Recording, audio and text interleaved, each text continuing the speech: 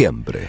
Y se aproxima lentamente, pero se aproximan las elecciones, venimos dando aquí cobertura a todo lo que pasa y también reconociendo a los candidatos, las candidatas. En este caso, hoy vamos a estar charlando con, a ver, la primera candidata de la lista de Fuerza Patria en provincia de Buenos Aires, ¿no? Está Jorge Tayana y aparece allí Jimena López siguiendo en la nómina, y quien está aquí con nosotros es precisamente Jimena. ¿Qué tal? Buen día, Jimena. Hola, gracias por venir. Buenos días a todos, a todas, a mis compañeras.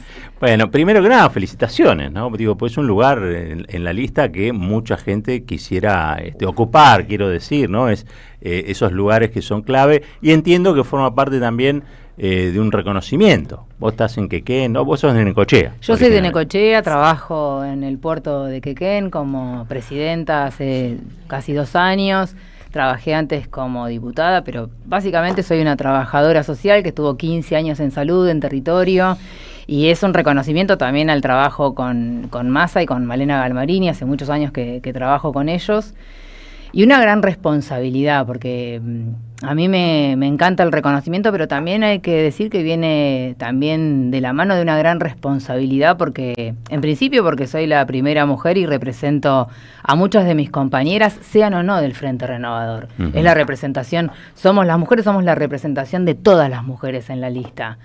Y de todas las mujeres de la provincia de Buenos Aires, ¿viste? Que para mí es fundamental llevar esa voz nuevamente al Congreso con todo lo que estamos viviendo. Y después es la recorrida, ver cómo está la provincia, cómo está la gente. Yo, viste, los vecinos, yo hablo de los vecinos porque vengo del interior, qué pasa en las comunidades, cómo se sienten, cómo están viviendo este escenario que nosotros lo consideramos del horror. Imagínate a alguien que no está pudiendo poner la comida arriba de la mesa. Claro, claro. Hay algo que uno ha visto, y es que en provincia de Buenos Aires, casi en todas las elecciones, digamos, la gente ha tenido claro que este era un modelo de destrucción, digamos, sí, ¿no? Sí. ¿Vos crees que ahora, el 26, se van a dar más o menos los mismos números? ¿Crees que va a ser una elección más pareja? ¿Cómo estás viendo lo que pasa en relación al 7 de septiembre, digo, ¿no? Sí, en relación al 7 de septiembre yo creo que por ahí el porcentaje de diferencia va a ser menor, porque van a aumentar en algún punto la cantidad de votantes. Hay un voto estratégico que se va a dar en ellos porque activaron de vuelta las redes. Antes eran call center, ahora son redes algorítmicas de troleo y de odio. Volvieron a estar activadas. Yo sigo bastante las redes porque es un tema que me gusta, y inclusive con el horror del triple femicidio que pasó, había... Específicamente en los algoritmos encontraba gente diciendo que Pequeño J había sido hecho con inteligencia artificial, que no era tal, que era un invento, que bla, bla, bla. Es peligroso, y yo creo que nosotros como compañeros que venimos del peronismo, como le gusta decir a Massa, del panperonismo, tenemos que entender que el espacio algorítmico, de algoritmos, es un campo de disputa hoy, que sienta sentido, y hay que meterse ahí y dar fuertemente el debate, inclusive en yo sé que esto es complejo lo que voy a decir, pero en el tema de la regulación de redes y contenido que circula, el mundo de redes, se dan determinadas cosas, y la virtualidad ya no es algo como paralelo a nosotros, está implícito en la creación de sentido de la sociedad.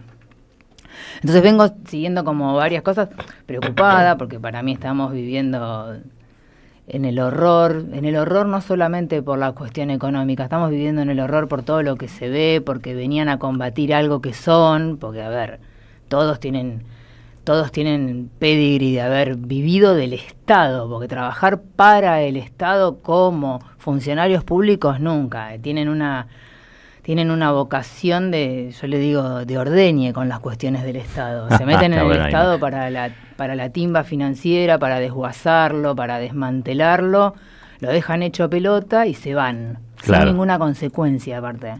Estamos hablando con Jimena López, ella es candidata a diputada por Fuerzas Patria, viene del Frente Renovador de Sergio Massa. Te tengo que preguntar por la noticia del día, por lo menos para lo que es el espacio de Fuerza Patria, claro está, la unidad fue muy trabajada. tuvo sus idas, sus vueltas. Finalmente se consiguió. Ayer entiendo que Cristina Kirchner fue visitada por Axel Kicillof, ahí en San José 1111. Unas palabras, tu impresión sobre ese encuentro, ¿qué te pareció? En principio creo que era necesario, había que tener ese encuentro para tranquilizarnos a todos, para saber que hay una vocación de diálogo. Cristina ha demostrado, es una de las lideresas más importantes de América Latina y creo que cuando ella habla hay que escuchar claramente lo que dice.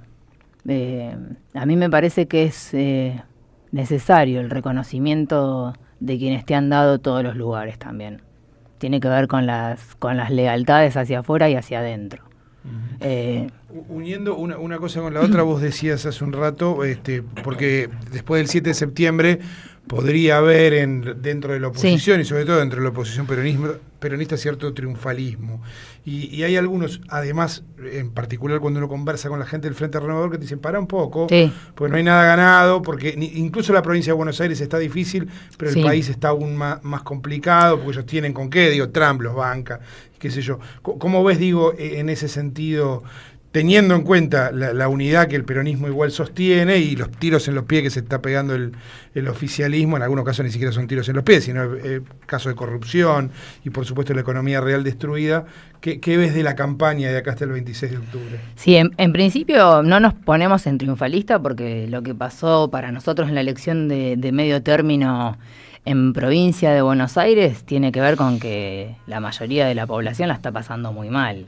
Entonces, si ganamos porque nuestra población está sufriendo, tenemos poco para festejar. Lo que hay ahí es más responsabilidad de enderezar el barco por nuestra gente, por nuestro pueblo. O sea, para nosotros es importante la felicidad de nuestro pueblo. Eso por un lado. Y después porque me parece que no hay que aflojar. No se trata de elecciones esto, se trata de la disputa de un proyecto de país diferente. Esto es un proyecto de largo aliento al 2027. Si solamente vemos los resultados del 7 de septiembre y del 26 de octubre que nos va a ir muy bien y pensamos que con eso ya está, nos volvemos a equivocar. A mí me parece que hay que estructurar un proyecto de país aprendiendo los errores que cometimos, viendo la posibilidad de hablar abiertamente de Estado eficiente. Si nosotros sabemos lo que es el Estado eficiente, porque la mayoría venimos de la gestión y hemos gestionado desde municipios, provincias, Estado nacional, me parece que tenemos bien en claro esto, por ahí el libro que quedó en el título de Comunidad Organizada. Sabemos para qué sirven las políticas públicas, qué resultados tienen las políticas públicas de inclusión, y lo que me parece es que el aire triunfalista desinfla para pelear una campaña. Hay que tener en claro que la gente hoy en día también vota con el bolsillo, y claramente eso es un mensaje para nosotros y sobre todo para el gobierno actual. A mí no me parece que hay que dar nunca nada por sentado, por ganado, por finalizado. Hay que seguir laburando como si no hubiésemos ganado, porque la gente no come con una elección, A ver, está en estos momentos prácticamente en el pico del escándalo el tema narco, el tema Spert, esencialmente. Digamos, ayer hubo también una frustrada reunión de comisión. Hoy estábamos escuchando más tempranito en el programa anterior lo que fue la intervención de Vilma Ripoll por el tema que el funcionario que iba a explicar entraba en Yom Kippur y se tenía que ir a celebrar, y ella dijo, bueno, y mi compañera está detenida en una flotilla que estaba viajando hacia Celeste Fierro. Bueno, tuvo y en el medio Spert no pudiendo controlar la comisión. ¿Qué te parece que debiera hacer Spert frente a lo que se sabe hoy, ¿no? Que recibió y que él no niega $200.000 del narcotráfico de una persona que está presa por narcotráfico? Sí, mira, pensemos que él no puede responder algo tan simple como un sí o un no. Cuando uno de los periodistas ayer le preguntó abiertamente, que le dijo, ¿usted recibió $200.000 de Fred Machado? Una vuelta carnero para contestar una pregunta que se responde con un monosílabo. Claro. ¿Sí? No es muy difícil. Viste tipo el debate, por sí o por no. Ahí parecía que estuviera pensando más en tribunales. Sí, para mí, yo ayer dije político, lo mismo. ¿No? Para mí tiene que ver con que cualquier declaración es medio de prueba. Claro. Porque cuando decían, no está preparado, ¿qué no va a estar preparado? Está súper coacheado de cómo tiene que salir por arriba, por abajo, por el costado. Me parece que, a ver, vos decís, ¿qué harían? Y claramente hay que presentar una renuncia y ponerse a disposición de la justicia, pero eso lo haría una persona que tiene ética. Acá estamos hablando justamente de ellos, del contexto de la Libertad Avanza, de sus formas de manejarse.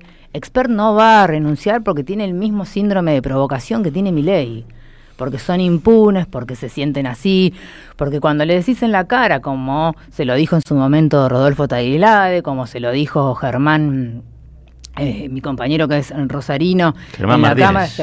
Germán Martínez, específicamente sus vinculaciones con Fred Machado, él siguió como si nada. A ver,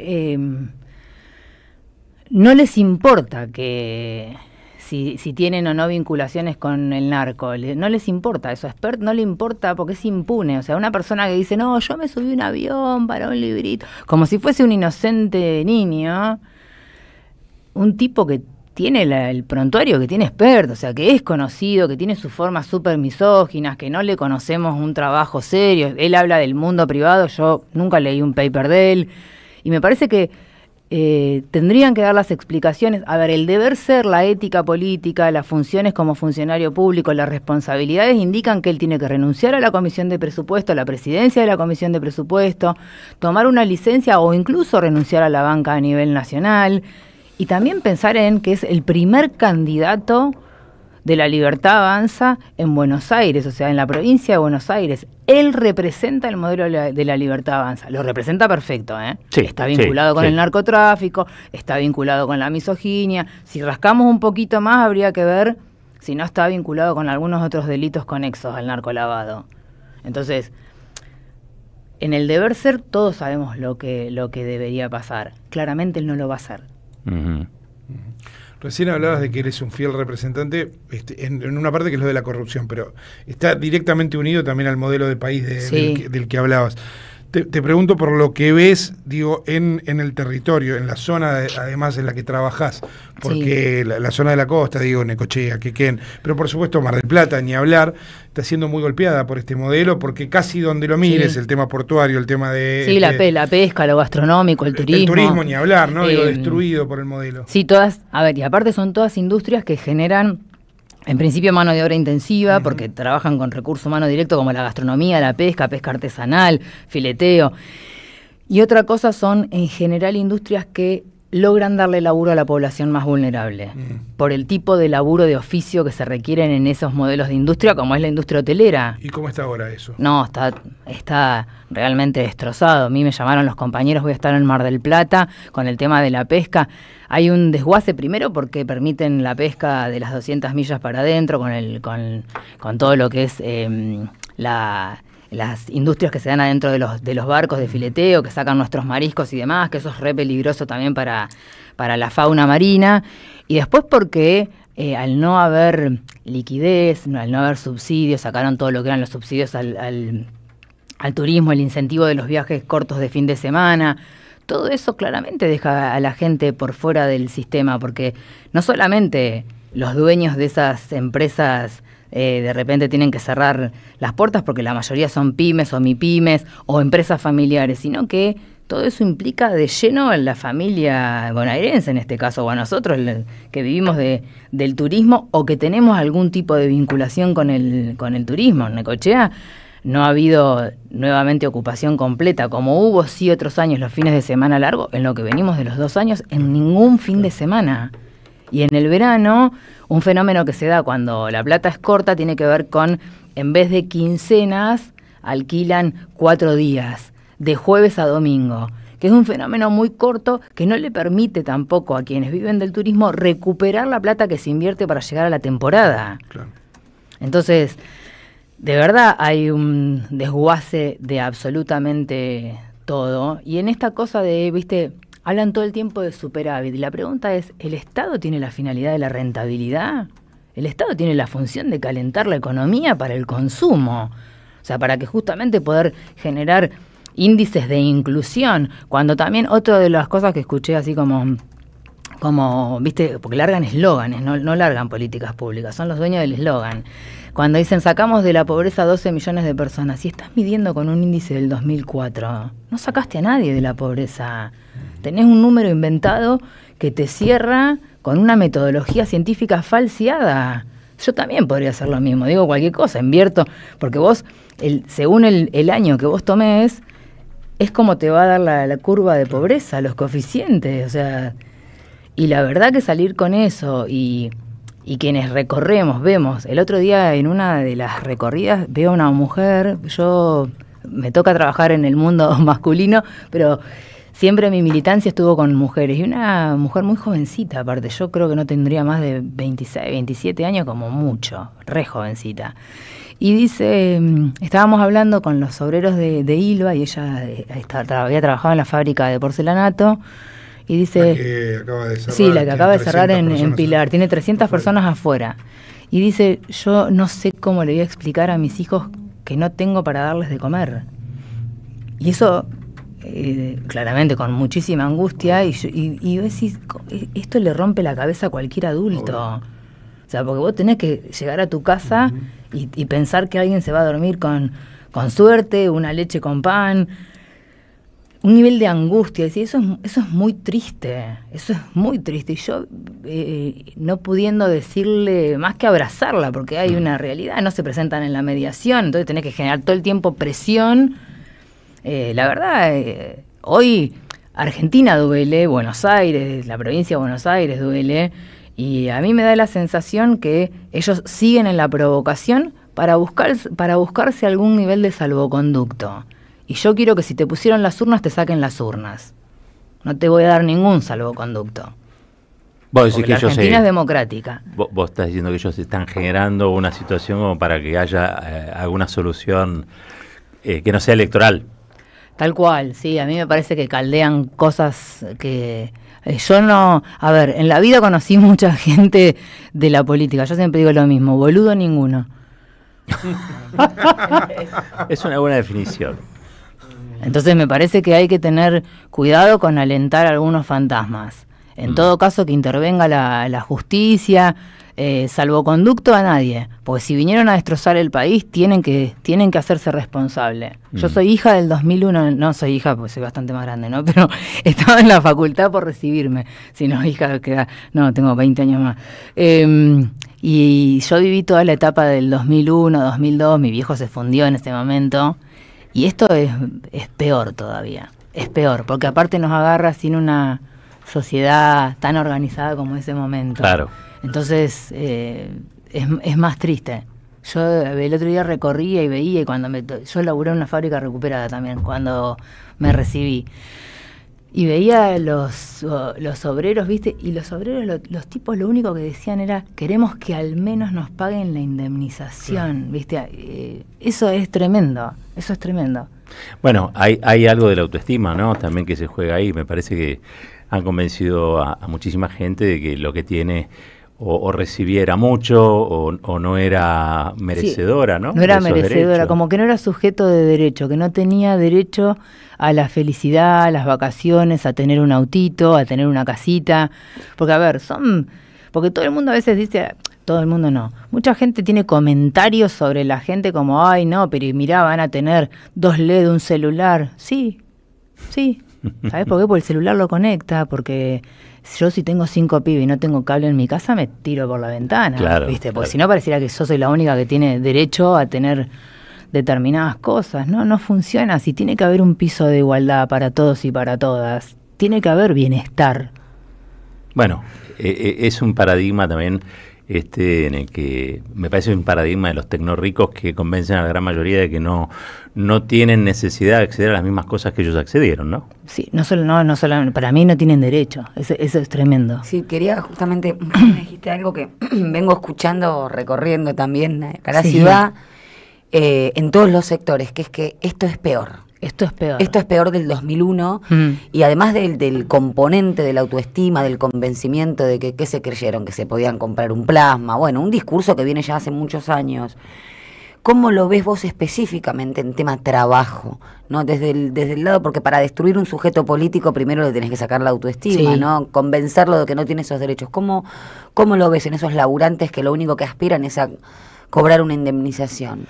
Mira, Nati, yo te hago una cuenta corta, ¿viste? Yo estoy en un puerto que claramente hay una parte que es profesionalizada, pero hay una gran cadena que es de oficios en el puerto que tiene que ver con el laburo de muelles, con el laburo de limpieza. Yo recibo por día en una ciudad como Necochea, que son 100.000 habitantes, de los cuales ponerle en edad productiva estará el 50%, el 60%, no menos de 30 currículum. De gente que, siendo asalariada, me habla de la posibilidad de un trabajo de 4 horas para completar lo que le falta. Me dice, ayer me escribió una mujer diciéndome eso, lo que le falta porque no llega, porque no llega. Claro. Y después, varones una persona jóvenes. que en 2014 o 2013 vivía de su laburo. Vivía de su laburo y que siempre tuvo el rebusque de o limpiar alguna casa o tener alguna casa. Estamos hablando específicamente de oficios, que es la mano de obra intensiva que se necesita. Y después muchos varones jóvenes, la verdad, hay un desguace de las condiciones materiales de nuestra clase trabajadora que es muy grande. O sea, si un asalariado no llega a fin de mes, es complejo. Pero si encima quien ha estado incluido en algún momento se desacopla de ese sistema, le rompemos la vida. Entonces, yo siempre digo lo mismo, yo vengo de un lugar relativamente chico comparado con primer cordón y segundo cordón de conurbano, donde nos conocemos mucho, pero esto de recibir 30, 15, 20, pero todos los días recibo cantidad de currículum porque nosotros tenemos un mail oficial y a su vez a través de Instagram la gente busca cómo comunicarse para poder ofrecerse para trabajar. Y currículum que tienen una trayectoria laboral, que no es que tenemos que hacer el entrenamiento laboral, que han trabajado, que han estado incluidos, porque también hay todo un mito de que la gente que en su momento recibía algún tipo de programa no laburaba. No, el programa no te hacía llegar a fin de mes, el programa era en alguna cosa, alguna apoyatura para economía doméstica, y toda esa gente salía a laburar afuera. Bueno, pero eso hoy tiene que ver con lo que mencionaste recién. El Estado no tiene una lógica de rentabilidad de ganancia, tiene una lógica de promoción de la economía. Tal cual. Y de verdad es doloroso. El otro día estuvimos también en una cooperativa, viste, de mujeres costureras que nos contaban. Muchas llegaron sin conocer el oficio, víctimas de situaciones de violencia, también en una localidad chica, Roque Pérez, imagínate, 18.000 habitantes. O sea, si te pasa algo de eso, se entera todo el mundo. O sea, también hay que hablar de eso en las localidades del interior. Total. Tenemos otras dinámicas.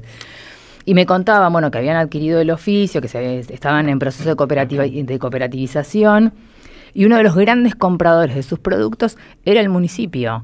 Eso es una política de promoción, totalmente, de sostener la compra de la ropa. El Estado es un gran comprador de insumos de ropa, de campos para la salud, de sábanas, bueno, y vos entrabas y era un taller laburando con algo de 18, 20 máquinas y mujeres que vos la veías y estaban felices de poder llevar, hasta estaban haciendo los disfraces de la escuelita municipal porque le vendían los disfraces a las mamás. Entonces, es una cabeza lo que hay que tener, como se tuvo en su momento. Claro.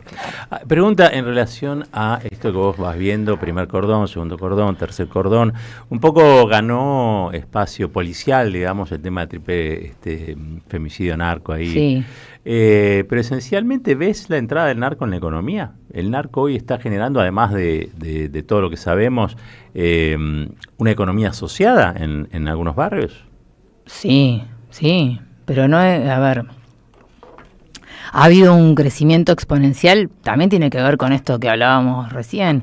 En algunos sectores de mucha vulnerabilidad se transforma en un medio de subsistencia y hay que hacer una lectura sin moral en esto, no hay que tener moralina para esto.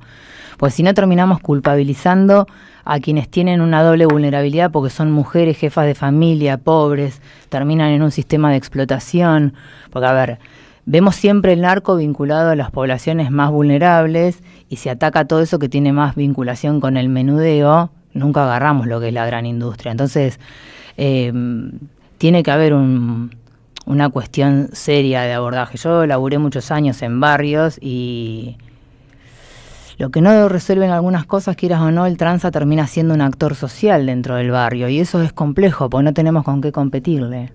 Primero porque no tenemos la misma liquidez en dinero. no enganchamos a los pibes para enfermarlos, las madres cuando están solas tienen que dar de comer, o sea, pensémoslo como un análisis social, no como un análisis moral. Y otra cosa es que el tema de estos blanqueos sin declarar nada, eso permite que dinero de economías de los ilegalismos entren al sistema formal. O sea, ahí yo hablaba, cuando me tocó transporte, manejaba los diferentes modos del transporte y hablaba en su momento con alguien que hacía investigación e ingreso de narcotráfico. Nuestros gendarmes y prefectos y demás ganan muy mal. Y pésimo, tenemos tecnología, viste, el prefecto por ahí está con un Nokia 1100 y el narco tiene un dron para tirar la bolsa en un campo determinado. O el avión bajarlo en algún lugar. O sea, la discusión tiene que ser seria. Yo tampoco creo que Argentina esté, como dicen, no, porque nos estamos colombizando. No es la misma lógica. Pero sí hay que ser realistas. Escuchá cualquiera de los famosos padres villeros que explican cómo es la dinámica del narco, y es cierto. Sí. Y pasa acá, primero, segundo cordón, y pasa también en las localidades chicas, más chicas que la mía, entonces, y todos saben todo, pero nadie se quiere meter, porque las madres también tienen mucho miedo. Yo he visto mamás, hace un par de años hubo una situación muy compleja en mi comunidad. Un chico muy drogado entra a un almacén, dispara, tira la caramelera, el tiro rebota y mata a una persona. Wow.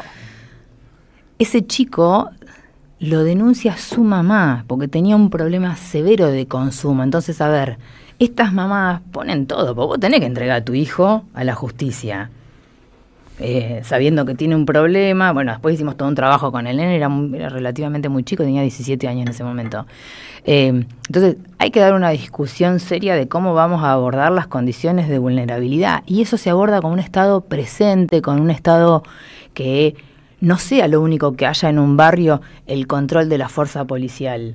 O sea, porque los barrios más vulnerables a veces lo único que ve es la policía, y no tenés un club, no tenés profesores, no tenés arte, no tenés contención después de la escuela. Entonces le pedimos casi que resuelvan toda su vida con 2 palitos así, o 2 piedritas haciendo fuego. Entonces sí, no, tiene que haber presencia, el centro de salud, tiene que estar el club, tienen que estar los profesores, y eso se resuelve con recursos del Estado. O sea, nadie puede cambiar su vida si no tiene posibilidades. Jimena López, te quiero agradecer muchísimo este ratito acá, gracias por venir a visitarnos. Segunda candidata, allí con Tayana, en Provincia de Buenos Aires por Fuerza Patria. Bueno, quedan pocas semanitas, desde acá obviamente lo que necesite, estamos dando cobertura a todo lo que haga falta ahí. Y bueno, nos ha resultado muy grato poder contarle a la audiencia un poco de tu trayectoria y de cómo pensás. Así bueno, muchas gracias. Acuérdense, el 26 de octubre, que es nuestra jornada. Yo digo que más allá de ser una obligación, el voto es un derecho que nos permite elegir. Todo voto tiene un valor para nosotros. Claramente, Fuerza Patria. 7ª columna en Provincia de Buenos Aires, Jorge Tayana, Jimena López, la crucecita arriba dentro del cuadradito, vamos a explicarlo bien fácil. Sí. Cierro la boleta dentro de la urna y ojalá el 26 podamos tener más legisladores, más legisladoras en la nación, también para poder hacer una oposición responsable, que tenga quórum propio para poder discutir la agenda de justamente las comunidades, la agenda de la Provincia de Buenos Aires. Muchas gracias por estar acá. Gracias a ustedes, un placer. Nosotros nos vamos a una breve tanda. Cuando regresamos, ustedes saben, este programa dura hasta las 10 de la mañana. Deja tu mensaje en nuestra línea de oyentes de WhatsApp. 11 3200 0530.